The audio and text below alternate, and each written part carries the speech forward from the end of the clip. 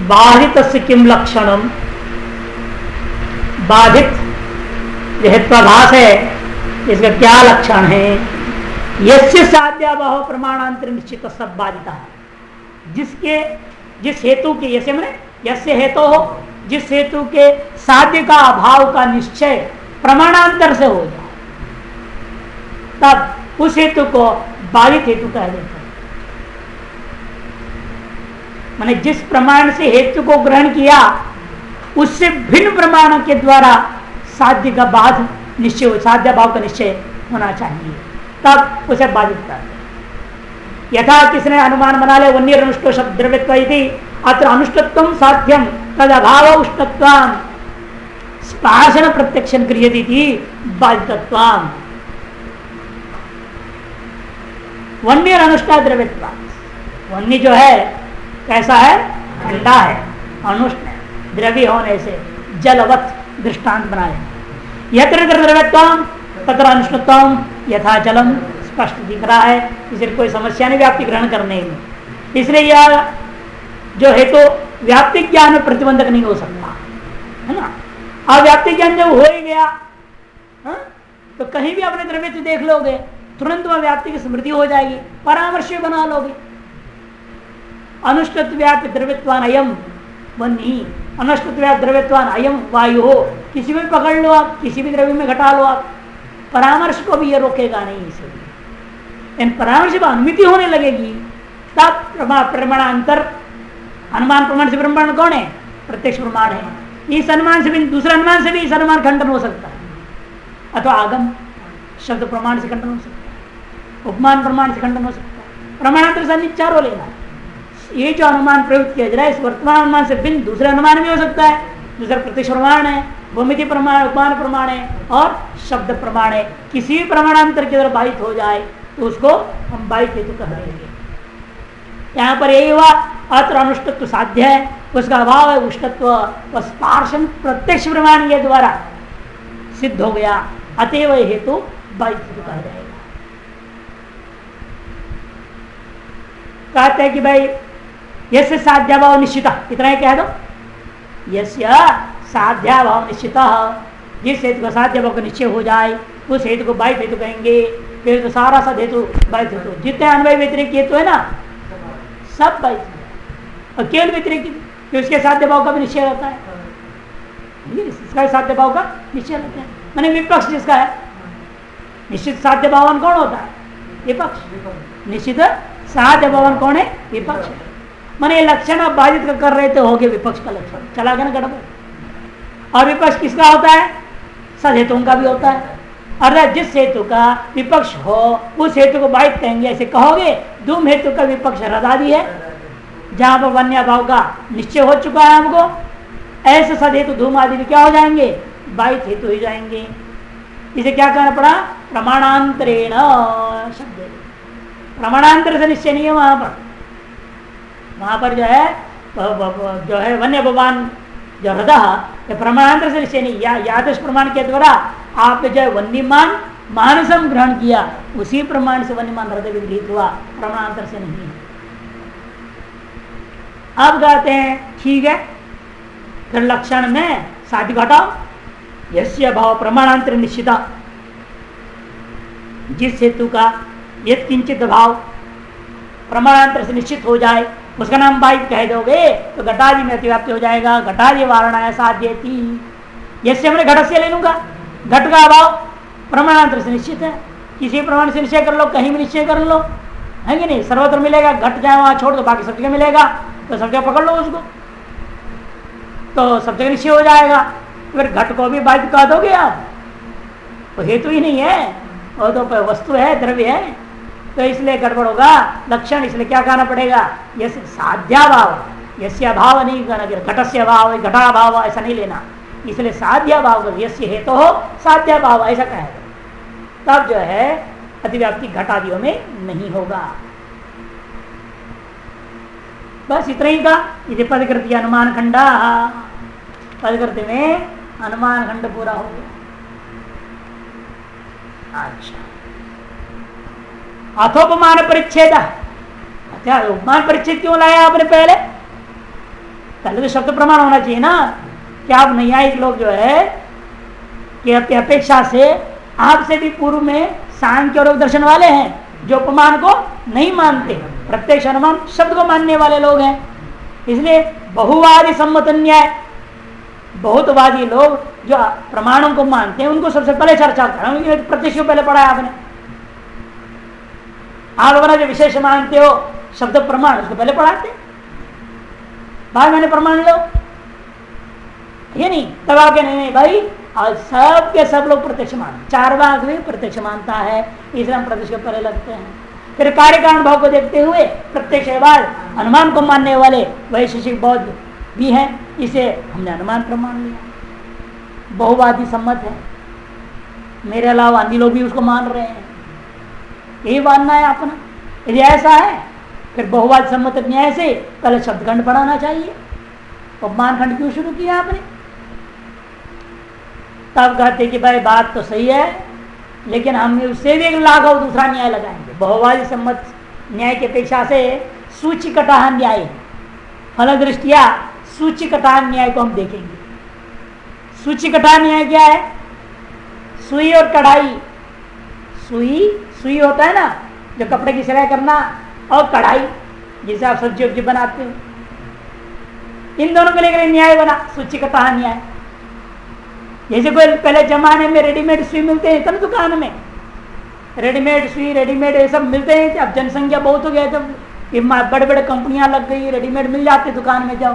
पहले जमाने में ऐसे होता नहीं था, बहुत जनसंख्या कम थे, छोटे छोटे देश थे, हैं एक महाराष्ट्र के अंदर भी 10 देश थे, है ना। अब तो एक राज्य हो तो एक देश का एक हिस्सा है, बल्कि अंदर छोटे छोटे देश है क्या? अभी नहीं, सारा खत्म। जब अंग्रेज आए इस एक भारत खंड के अंदर 3000 देश थे, 3000 छोटे छोटे छोटे एक एक राजा। अब 10 राज्य के ऊपर एक बड़ा राजा होता था, वो सबको दबा के रखता, सबसे टैक्स लेता था, ऐसे करके चलता रहा धंधा।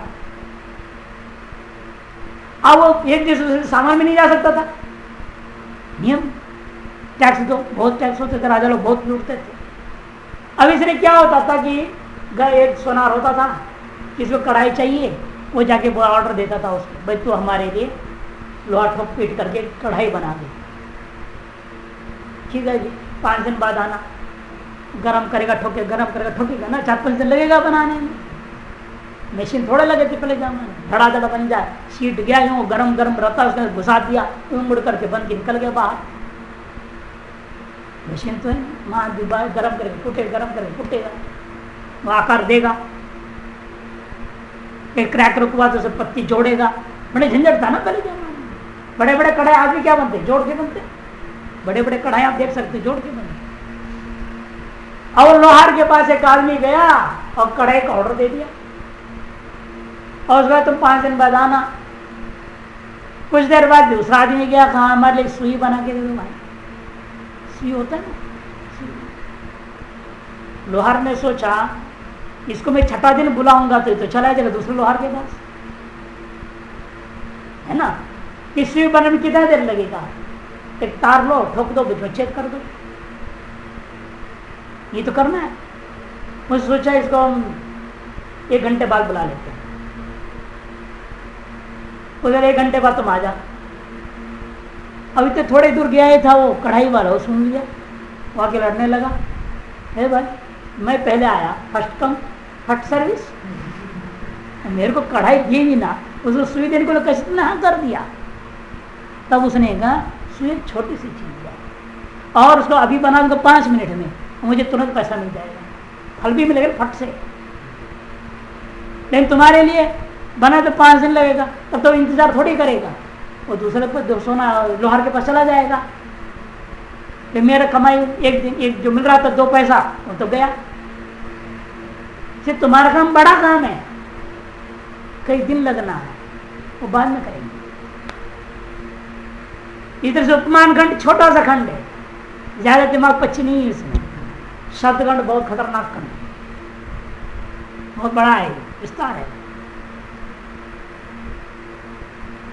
नमः प्रामाण्यवादाय मत कवित्व प्रहारी।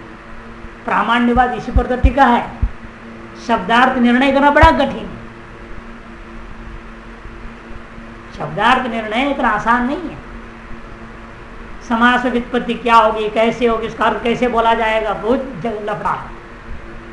ये पुस्तक है शब्द खंड करके अलग ही जब तक इतना आसान मोटा शब्द खंड, केवल शब्द खंड का पुस्तक, उससे भी केवल वाक्यार्थ निर्णय का ही बारे पूरा है, अन्य चीज चर्चा भी नहीं।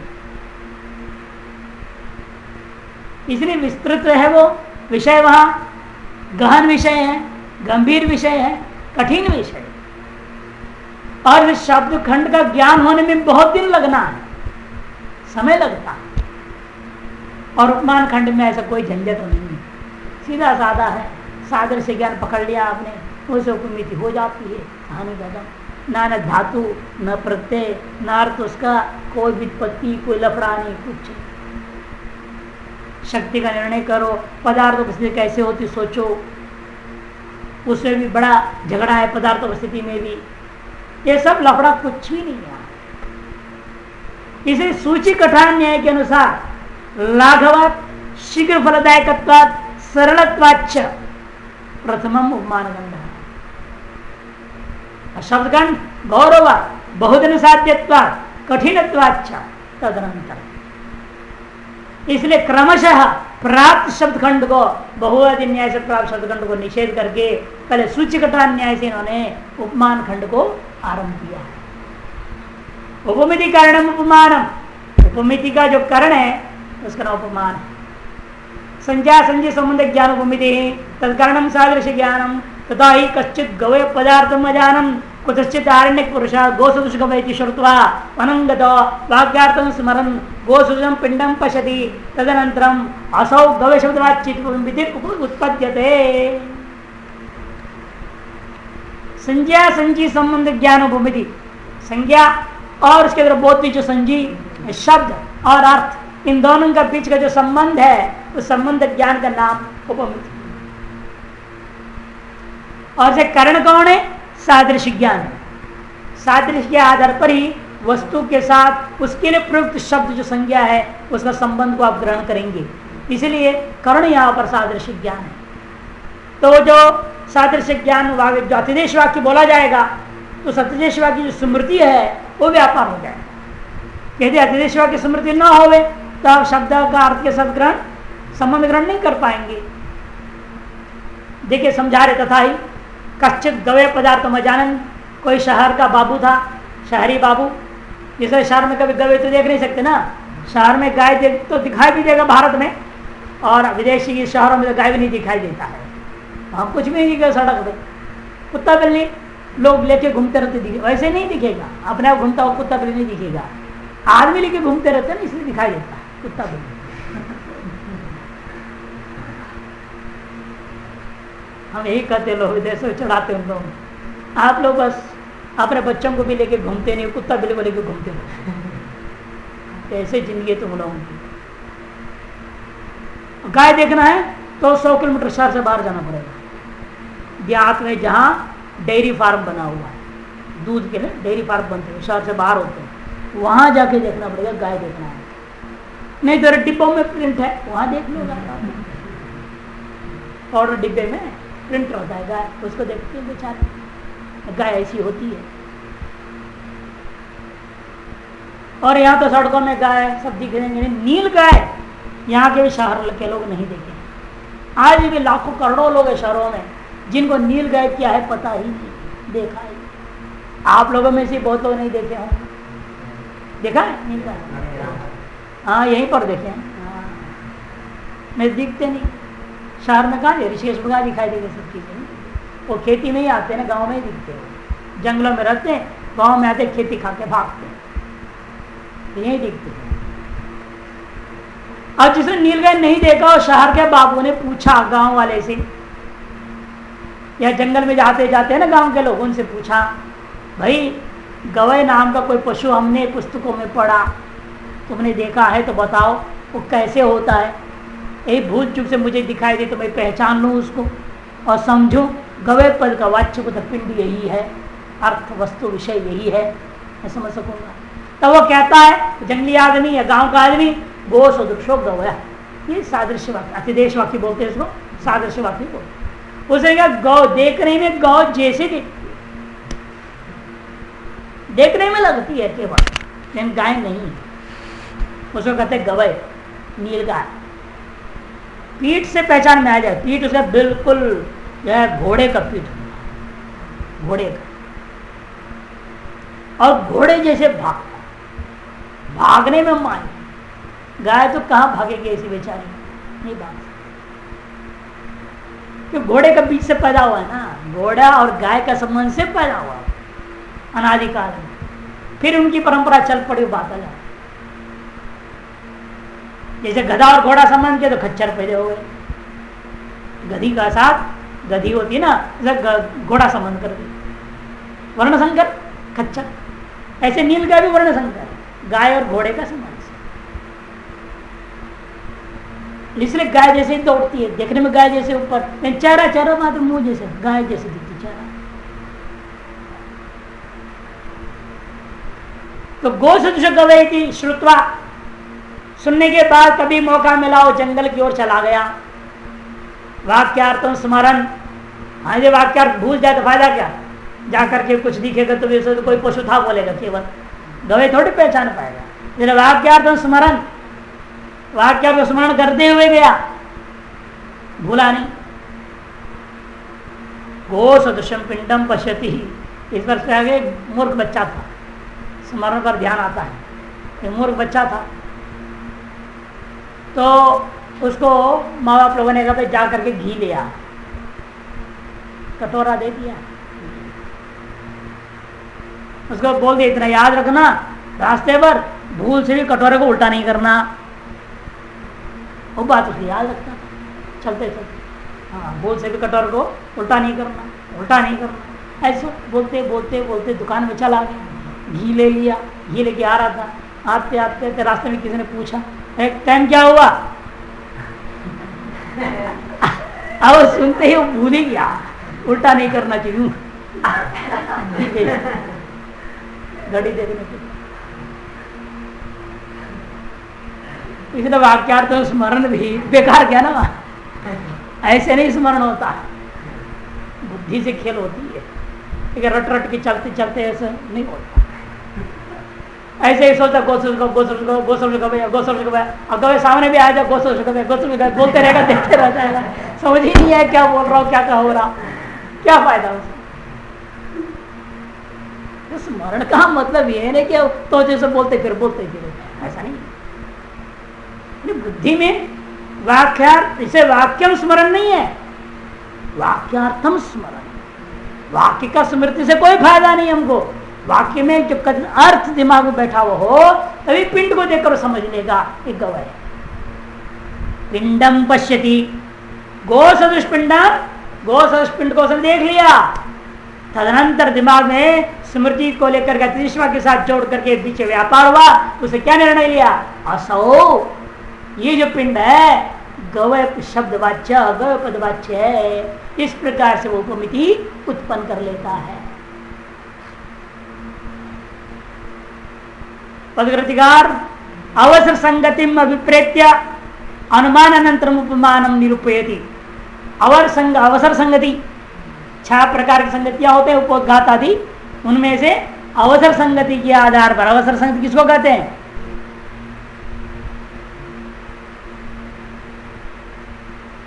संगतियों का नाम क्या, अच्छे का कुछ मुद्दा नहीं। हाँ बोल रहे हैं विद्या है, पूछना चाहिए ना 6 संगति कौन कौन। देखो संगति, उनके लक्षण सब लिखिए, शुरू में आना चाहिए ये बात दिमाग में लिखिए। उपोद्घात संगति,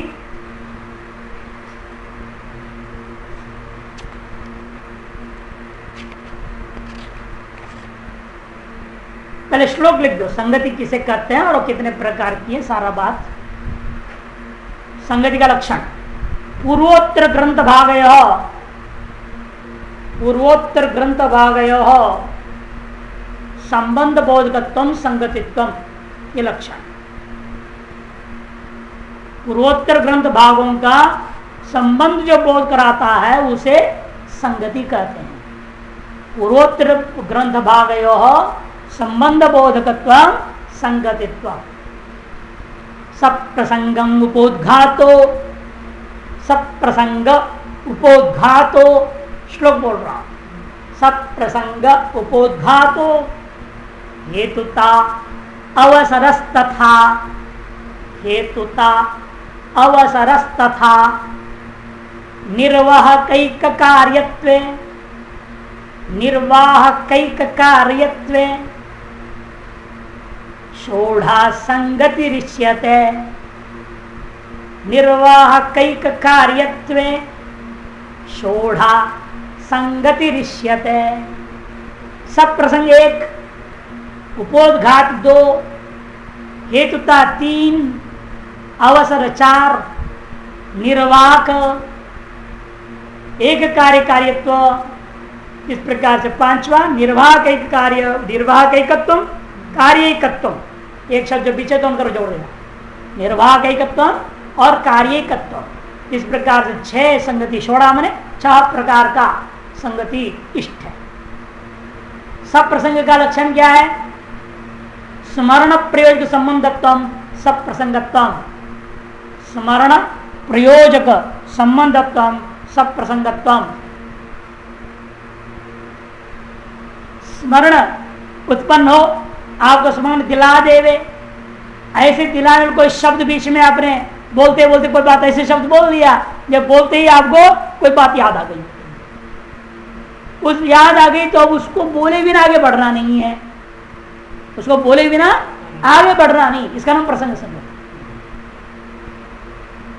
यद्यपि वो प्रासंगिक है बीच हम लोग बोलते प्रासंगिक बात हो गई आप लोग कीर्तनकार लोग बोलते प्रासंगिक हो गया तथा अस्तु हो गया बस छोड़ो इसको बोलते ना कीर्तनकार लोग प्रासंगिक चर्चा कर दिया पीछे अब याद आ गई तो क्या करे बोलते बोलते कोई बात याद आ गई अब ऐसे शब्द को उठा दिया गया है याद आ गया भले ही अब आगे उसके से कोई लेन देन नहीं रहेगा लेकिन फिर भी उसको बोल दिया जाएगा वर्णन कर दिया जाता है। वैसे यहाँ पर भी है शास्त्रों में भी शास्त्रों के आधार पर वहां व्यवहार में आया है सब प्रसंग संगति स्मरण प्रयोजक संबंधत्व सब प्रसंग। उपोद्घात क्या है? प्रकृत उपादकत्व उपोद्घातत्व प्रकृत उपादकत्व उपोद्घातत्व जो भी प्रकृति का उपादन करने का नाम उपोद्घात। मैंने कोई भी ग्रंथ शुरू करोगे ना मंगलाचरण में विषय बोलते कि नहीं बोलते हो उस विषय का पर ही चर्चा आरंभ करने का नाम उपोद्घात। जैसे ग्रंथ के आरंभ में हमेशा उपोद्घात संगति ही होता है। ये जो मैं ग्रंथ के शुरू में बोला करता हूँ मूल पढ़ाता हूँ तब हम मूल तो पढ़े नहीं प्रकृत पढ़ रहे हैं हम क्रम हमारा ऐसे केवल तरफ से मूल अलग पढ़ाता फिर प्रकृत फिर न्याय पहले मूल रटो मूल का अर्थ सुनो समझो मूल मोटा मोटी ज्ञान होना चाहिए फिर तभी तो प्रकृत समझ में आती है ना नहीं तो कहीं असंभव बोल रहे कुछ बोल क्या समझ में कठिन हो जाता है। कठिन हुआ ना प्रकृत पढ़ने में तो बड़ी कठिनाई महसूस हुई है पता है मैंने बोर्ड में लिख लिख के बताया नहीं परेशान है वही बात प्रकृति उत्पादकत्व उपोद्घातत्व। अब हेतुता क्या है? अजहत स्वार्थ लक्षणया अजहत स्वार्थ लक्षणया कार्य कारण भाव वो जीवी उपजीवक भावत्व व हेतुता अजहत स्वार्थ लक्षणया कार्य कारण भाव उपजीव्योपजीवक भावो वा हेतुता।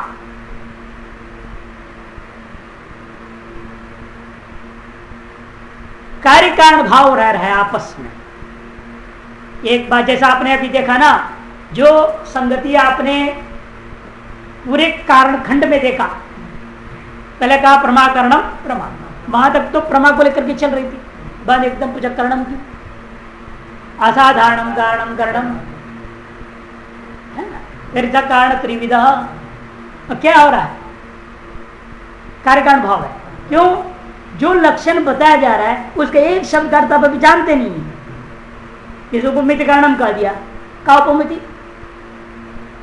सादृश्य ज्ञानम सादृश्य ज्ञानम का उठाएंगे ना उसको तो इसको कहते हैं क्या है, परस्पर एक वाक्य का अर्थ को जानने के लिए दूसरे वाक्य की अपेक्षा कर रहे हैं, ये आपस में एक दूसरे वाक्य का कार्य कारण भाव समझती है। अथवा उपजीव उपजीवक भाव, आश्रय आश्रित भाव, एक के आश्रित दूसरा, दूसरे के आश्रित तीसरा है, उसको जाने बिना उसको नहीं जान सकते, उसको जाने बिना उसको नहीं जान सकते हैं, तो उपजीव उपजीवक भाव भी इसको कहा जाता है। कहीं साक्षात कार्य कारण भाव है, कहीं उपजीव उपजीवक भाव, लेकिन वहां पर भी क्या, लेकिन अजत स्वार्थ लक्षण है, या उसको स्वार्थ को त्यागे बिना, पहला वाक्य का अर्थ को त्यागे नहीं हम, उसके त्यागे बिना उस वाक्य के विद्यमान एक पद का अर्थ को आगे चर्चा कर दिया, उसको कहते हेतुता संगति और अवसर संगति अनंतर वक्तव्य। आपने पहले कहा दिया चार चीज है भाई, क्या है, प्रत्यक्ष, अनुमान, उपमान, शब्द बोल दिया, क्रमशः प्राप्त हुआ। पहले आपने पढ़ा पक्ष, उसके बाद क्या हुआ, अवसर संगति है। क्यों अवसर संगति है, ये प्रत्यक्ष के अनंतर प्रतिज्ञा वाक्य के क्रमानुसारेण प्राप्त क्या था, अनुमान। इसी प्रकार से अनुमान के अनंतर आपकी प्रतिज्ञा वाक्य के अनुसार क्या प्राप्त हो, किसकी प्राप्ति हो रही है, उपमान की, इसको कहते हैं अवसर संगति। अनंतर वक्तव्यत्व, प्रतिज्ञानुसारेण अनंतर वक्तव्यत्व अवसर संगतित्व। अनुमान की प्रत्यक्ष की आवश्यकता है, किसकी आवश्यकता नहीं, लेकिन वहां पर भी क्या शब्द प्रमाण की आवश्यकता पड़ता है, क्योंकि आपने पहले सुना ना, गो सदृशो गवेय, यदि ये सादृश्य ज्ञान न हो, और सादृश्य ज्ञान कैसा है, शब्द जन्य है, दिखा करके थोड़ा बोल रहा है, ये गाय है भाई, इसके सदृश गवे होता है, ऐसा तो नहीं बोल रहा है ना, कि गाय तो आदमी जान रहा है, गाय को जानता है, केवल वाक्य सुन रहा है। अरण्यक वाक्य ने वाक्य कहा, उस वाक्यम स्मरण इसलिए कहा, वाक्यार्थम स्मरण, वाक्य क्या है, शब्द ज्ञान, इसलिए उपमान प्रमाण भी शब्द ज्ञान के अधीन, आगम के अधीन। जैसे अनुमान शब्द प्रत्यक्षाधीन है, उपमान शब्द। और निर्वाहक एकत्व क्या है, एक प्रयोजक प्रयोज्यत्व, निर्वाहक एकत्व, एक प्रयोजक को लेकर के जो प्रयोज्यभूता पदार्थों की चर्चा होती है, एक प्रयोजक प्रयोज्यत्व, निर्वाहकैक्यत्व, निर्वाहकैकत्व कहा जाता है इसको। और एक कार्यानुकूलत्व कार्यैक्यत्व, एक कार्यानुकूलत्व कार्यैकत्व।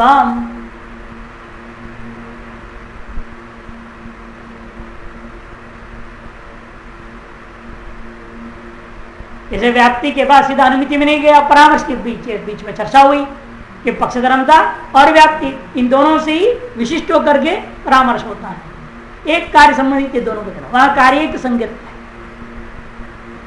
इस प्रकार से कई आपने संगतियां आ चुका है आपको, केवल निर्वाह एक संगति यहां पर नहीं आया, जहां आएगा बता देंगे, यहां नहीं है दृष्टांत।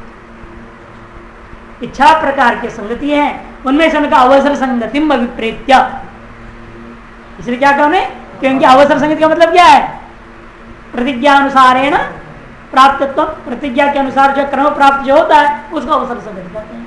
प्रतिज्ञा वाक्य क्या थी आपका, प्रत्यक्षानुमान उपमान शब्द भेदा तत्कर्ण विचित्र विधान, प्रत्यक्षानुमान उपमान शब्द भेदा, उस प्रतिज्ञा वाक्य में यथाक्रम शब्द प्राप्त किया हुआ उपमान, अतएव कहते हैं इसको अवसर संगति से प्राप्त हो गया, जो उपमान प्रमाण अभिप्रेत्य अनुमान अनंतरम उपमान निरूपयति, इसे अनुमान के अनंतर उपमान का निरूपण किया जा रहा है।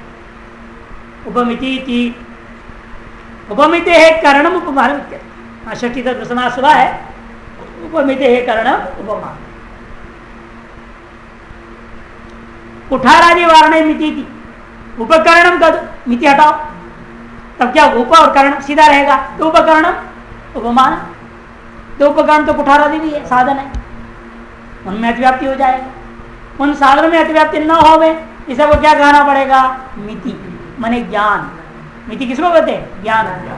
प्रमिति बोलते हैं, प्रमिति प्रमाण प्रमा, ऐसा प्र नहीं है यहाँ पर, मिति मिति माने ज्ञान। ज्ञान का करण लो तो कुठारादि ज्ञान के करण नहीं है, अतिव्याप्ति निवृत्त हो गया। तो इतना ही लक्षण करो, मिति करणम उपमान, उप हटाओ, उपशब्द क्यों दे रहे हो, कभी मितिकरणम ज्ञान करणम कहने से प्रत्यक्ष भी ज्ञान करण है, अनुमान भी ज्ञान का करण है, शब्द भी ज्ञान के करण है, उनमें अतिव्याप्ति हो जाएगा। प्रत्यक्षादि वारणाय उपहिति संज्ञा संची संबंध ज्ञानम उपमिति ही अनुमित्यादि वारणाय संबंधेति अनुमित्यादि में अतिव्याप्ति वारण करने के लिए संबंध कहना चाहिए। हाँ, संज्ञा संजी संबंध ज्ञान क्यों कहा? संबंध हटा दो, संज्ञा संजी ज्ञानम, संज्ञा संजी ज्ञानम इतना ही कह दो। ये तो अनुमान की तरफ भी कर सकते हो। पर्वत पाषाण आदि मयवान, पर्वत कैसा है? पाषाण आदि वाला है। माने पर्वत शब्द पाषाण मध्वाच्य, अनुमान के द्वारा भी संज्ञा संजी बोध हो सकता है। पर्वत एक संज्ञा है ना, एक नाम, एक शब्द। पर्वत एक शब्द है, उसका अर्थ क्या है? पाषाण आदि मत होना। ये पर्वत पर्वत शब्द पाषाण आदि वाचक, पाषाण आदि मत वाचक, ऐसा अनुमान के द्वारा भी संज्ञा संज्ञा संबंध को ग्रहण कर सकते हैं। यो यद वाचक न भवति तत्तन्मयो न भवति यथा जलम, कि पाषाणमयत्व का वाचक जल नहीं है, इसे जल पाषाणमय नहीं है। इस तरह से अनुमानों के द्वारा भी हम लोग ग्रहण कर सकते हैं। उनमें अतिव्याप्ति हो जाएगी यदि संबंध शब्द ना होता है तो। जैसे कहते हैं संज्ञा संजी संबंध ज्ञान उपमिति में संबंध शब्द हटा दो तो क्या होगा? अनुमित्यादि वारणाय संबंधेति, अर्थात पूरा ही हटा दो, संज्ञा संजी संबंध पूरा हटा, इनका सीधा इतना ही पद कर दो, ज्ञानम उपमिति। तो अनुमिति भी ज्ञान है, उसमें चले, शब्द भी ज्ञान है, प्रत्यक्ष भी ज्ञान है, तो उसे क्या कहना पड़ेगा? कहते संबंध ज्ञान, इतना कहा। तो संज्ञा संजी को भी हटाओ, पहले पूरे हटा दो, केवल ज्ञान में रखो, फिर एक शब्द जोड़ो अभी, संबंध ज्ञान, संयोग संबंध ज्ञान, समवाय संबंध ज्ञान, अन्य साधन से होता है ना, अन्य इंद्रियों से होगा ना वो। तीसरे कहते हैं संयोग आदि वारणाय संज्ञा संजीति, संयोग आदि में अतिव्याप्ति वारण करने के लिए संज्ञा संजी संबंध ज्ञान में कहना जरूरी। असौ गवय शब्द वाच्य, सिद्धांत में चला गया असौ गवय शब्द वाच्य। अभिप्रेतो गवय गवय पद वाच्या इत्यर्थ। जो विप्रेत है गवय पिंड हमने अभी देख लिया है, और यह जो पिंड है, यह जो गवय पिंड है, यही पिंड गवय पद वाच्य है, ऐसा उसने ग्रहण कर लिया। येन गवयांतरे शक्तिग्रह अभाव प्रसंग इति दूषणम अपास्थ। इसे कोई कहे एक में ग्रहण कर दिया, दूसरे गवय में कौन बोध कराएगा? ये झंझट नहीं रहा। ये गव पहले वाच्यत्व में उसने पिंड को ग्रहण कर लिया, ये तादृश पिंड जहां जहां दिखाई देगा उन सबको गवय शब्द व्यवहार कर डालेगा। इसलिए एक गवय में पिंड, एक पिंड में गवय पद वाच्यत्व को बोध करा कर लेने मात्र से ही सकल गवय पिंडों का बोध हो जाएगा। पृथक पृथक प्रत्येक गवय पिंड का बोध कराने की जरूरत नहीं रहा। यदि वो नहीं कहता असौ गवय, इतना ही कह देता असौ गवय, यदि इतना के अगर चुप हो तो उपमिति ज्ञान, तब तो मुसीबत था। तब हर पिंड में इसको अलग अलग बोध करना पड़ा, असौ गवय, असोपि गवय, असोपि गवय, हर पिंड में उसको सादृश्य ज्ञान पे पकड़ते रहना पड़ता। अब उसने असौ गवय करके ज्ञान नहीं किया, असौ गवय पद वाच्य ग्रहण कर लिया। अरे याद तादृश पिंड जहां नहीं दिखेगा उसको गवय पद वाच्यत्व ने ग्रहण कर लेगा, नहीं तो समस्या हर जगह रहेगी। आप एक घट का बोध करा दिया, असौ घट अयं घट, अब समस्या होगी। आपने घट को बोध करा दिया, दूसरा दिखा दे क्या है, पूछेगा क्या कोई? तेरा क्या ये भी घट है, तीसरे देखा ये क्या है? ऐसा कभी होता नहीं कि जब हमको बोध कराया जा रहा है, केवल वस्तु का बोध सीधे नहीं कराया जाता है, उस वस्तु के लिए प्रयुक्त शब्द वाच्यत्व उसमें ग्रहण कराया जाता है, शक्ति ग्रहण कराया जाता है। उसका मतलब शक्ति ग्रह कराना 8 प्रकार से आगे आएगा शब्द खंड में। 8 प्रकार से शक्ति ग्रहण होता है, शब्दार्थ निर्णय, उसे व्याकरण भी है, काव्य भी है, कोश है, सब आएगा। 8 प्रकार से शक्ति ग्रह होता है। इसलिए व्यक्ति जो ग्रहण किया गवे पद वाच्यत्व ग्रहण किया, केवल पिंड में असौ गव्य कर ग्रहण नहीं किया। यदि असौ गव्य ग्रहण करता तो फिर गव्यांतर में शक्ति ग्रह का अभाव हो गया, फिर हर पिंड में उसको बताते रहना पड़ेगा असौ गव्य वैसे असौ गव्य, हर पिंड में उसको वाक्य समझ आना चाहिए। नहीं आया तो फिर कहेगा क्या पिंड है ये, स्मृति नहीं है तो कौन सा पिंड है ये समस्या होगी ना।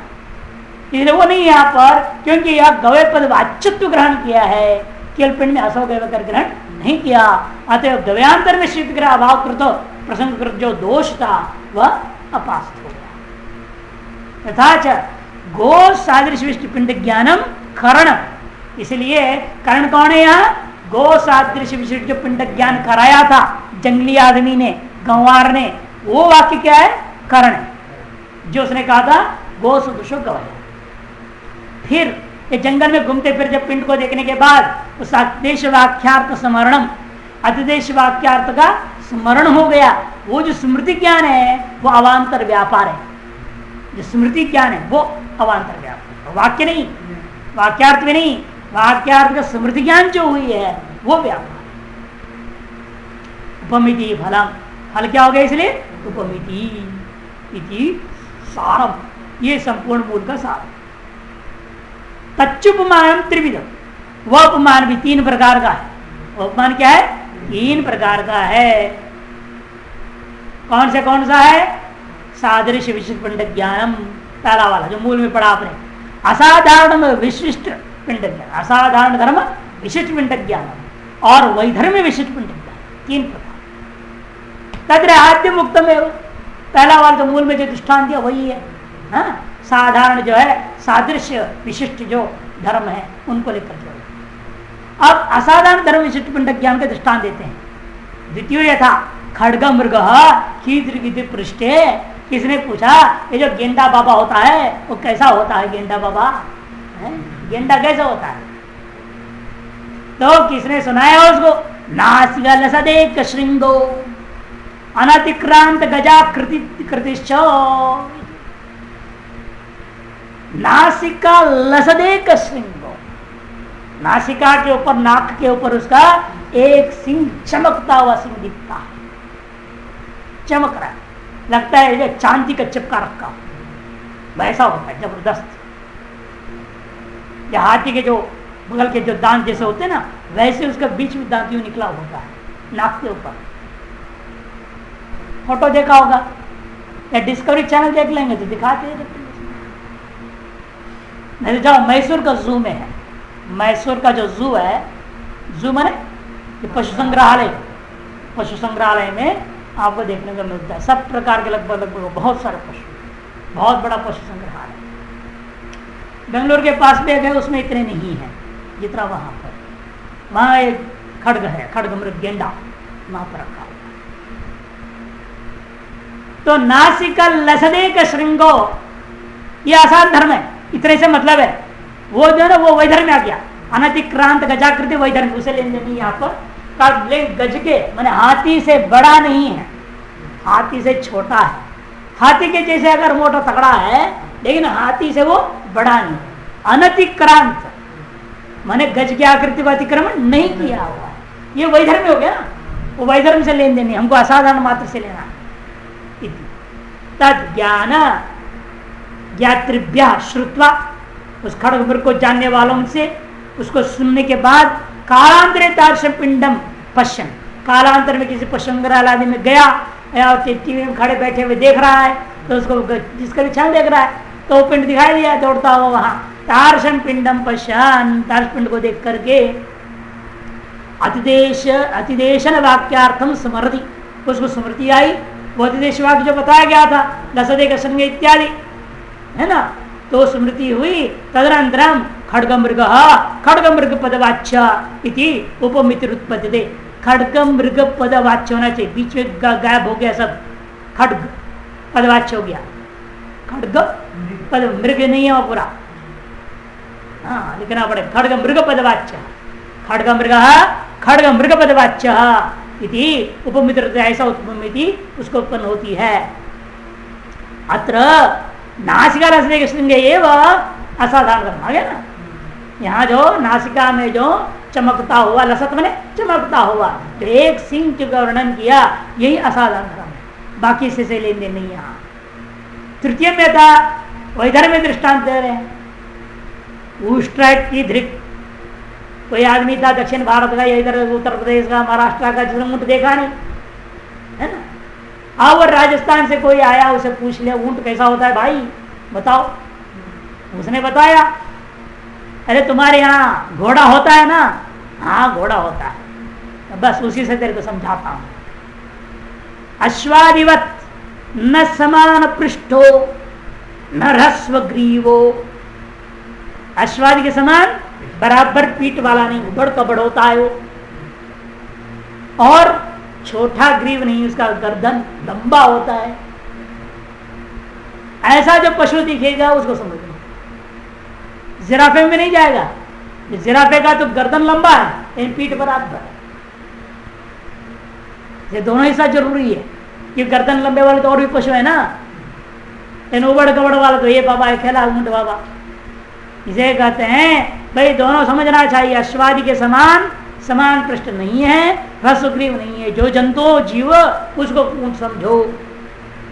ह्रस्वग्रीव शरीर शैती आप तोक्ते कालांतरे तत्पिंड दर्शनात्, यहां भी एक पंक्ति नहीं गाय बीच का, कालांतरे तत्पिंड दर्शनात् वैधर्म विशिष्ट तत्पिंड ज्ञान स्मरण।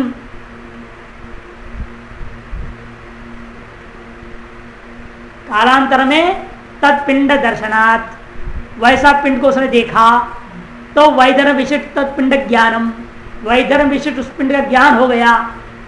देख रहा है इसका पीठ उबड़ कबड़ है और बहुत लंबा इसका जो ग्रीवा है, वो वैधर्म विशिष्ट पिंड ज्ञान होते ही स्मृति आगे झट उसको अधिदेश वाक्य का, ततो अधिदेश वाक्य वाक्यार्थ स्मरणम, तथा उसके बाद उष्णपदवाचित उपतिरुत्पद्यते। तो तत्पिंड दर्शनात् वैधर्म विशिष्ट, इतना शब्द नहीं है यहाँ बीच में। कालांतरे तत्पिंड दर्शनात् वैधर्म विशिष्ट तत्पिंड ज्ञान, बाद तत्पिंड ज्ञान तो है, अभी तरह तीन शब्द नहीं है यहाँ। तथो अतिदेश वाक्य स्मरणम तथा उष्णपदवाच्य की उपमिति उत्पत्ति, ऐसा उपमिति उसको उत्पन्न हो जाता है।